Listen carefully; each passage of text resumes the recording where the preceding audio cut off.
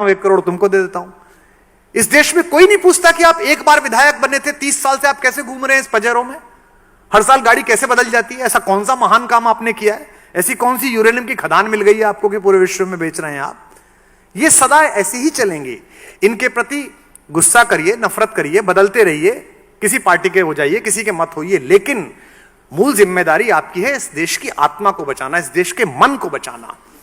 वो जो मन था जो गांव की लड़की को अपनी लड़की मानता था, वो जो मन था कि जो चींटी को आटा खिलाता था, वो जो मन था कि जिसके दरवाजे पर आकर गाय सिर मारती थी और खाना बनाती हुई आपकी मां कहती थी लाली गैया आ गई जरा रोटी दिया, वो मन कहां चला गया?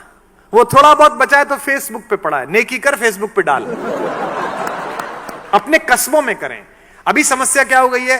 धर्म का मतलब, अध्यात्म का मतलब, गीता का, रामायण का, वेद का मतलब बुजुर्ग लोग, बूढ़े लोग, उनको धर्म की इतनी आवश्यकता नहीं है, क्योंकि धर्म को अप्लाई जिस फील्ड में करोगे वो तो जवान को चाहिए, वो तो युवा आदमी को चाहिए।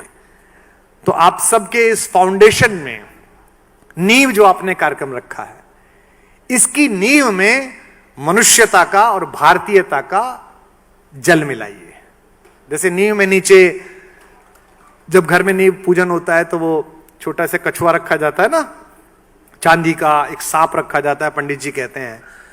तो इसके नीचे भी जो आप अपनी फाउंडेशन बना रहे हैं और जो लोगों की फाउंडेशन आप बनाने तैयार करेंगे, मैं आपको इनवाइट करता हूं और आपको बता दूं, अगर केवल 10 साल कोशिश कर ली, 20 साल कोशिश कर ली, तो मैं दावे के साथ कह सकता हूं कि अगर 19वीं शताब्दी इंग्लैंड की थी, 20वीं शताब्दी अमेरिका की थी, और हम लोगों ने 25 साल मेहनत कर ली, तो अगली 4-5 शताब्दियां हिंदुस्तान की होने वाली है, भारत की होने वाली है।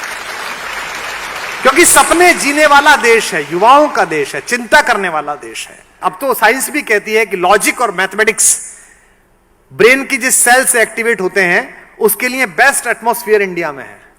इसलिए वो क्या कह रहे हैं आपसे, स्कूलों में से मैथमेटिक्स हटा दीजिए। मैं एक सूचना आपको और दे दूं चलते चलते, अभी मैंने पहली क्लास से लेके 8वीं क्लास तक की हिंदी की किताब लिखी, तो कुछ ज्ञानियों ने मुझे कहा कि आपने 8 किताबें लिखी, इतनी मेहनत करी क्यों की? इससे तो आप कोई और किताब लिखते, रॉयल्टी में 5 करोड़ 10 करोड़ रुपए मिलते, इसमें तो कुछ मिलेगा नहीं, स्कूलों में भेजेंगे इनको। मैंने इसलिए वो किताबें तैयार की और इसलिए लिखी कि मैं किताब देख रहा था, बच्चे को कविता सिखाई जा रही थी, 10 साल की छोकरी लिए आम की टोकरी। Have you heard that?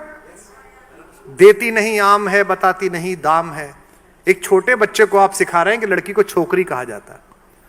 एक बुढ़िया का फोटो था, उस पर लिखा था कि बुढ़िया दादी दिन भर बकबक करती, काम नहीं है कुछ भी करती दादी। आप क्या सिखा रहे हैं? फिर उसके बच्चे भी इस दिन आपके लिए कहेंगे कि दादी दिन भर बकबक करती, फिर आप कहेंगे बच्चों को कुछ सिखाया नहीं है, क्योंकि आत्मा का इंटेक ही दूषित कर दिया।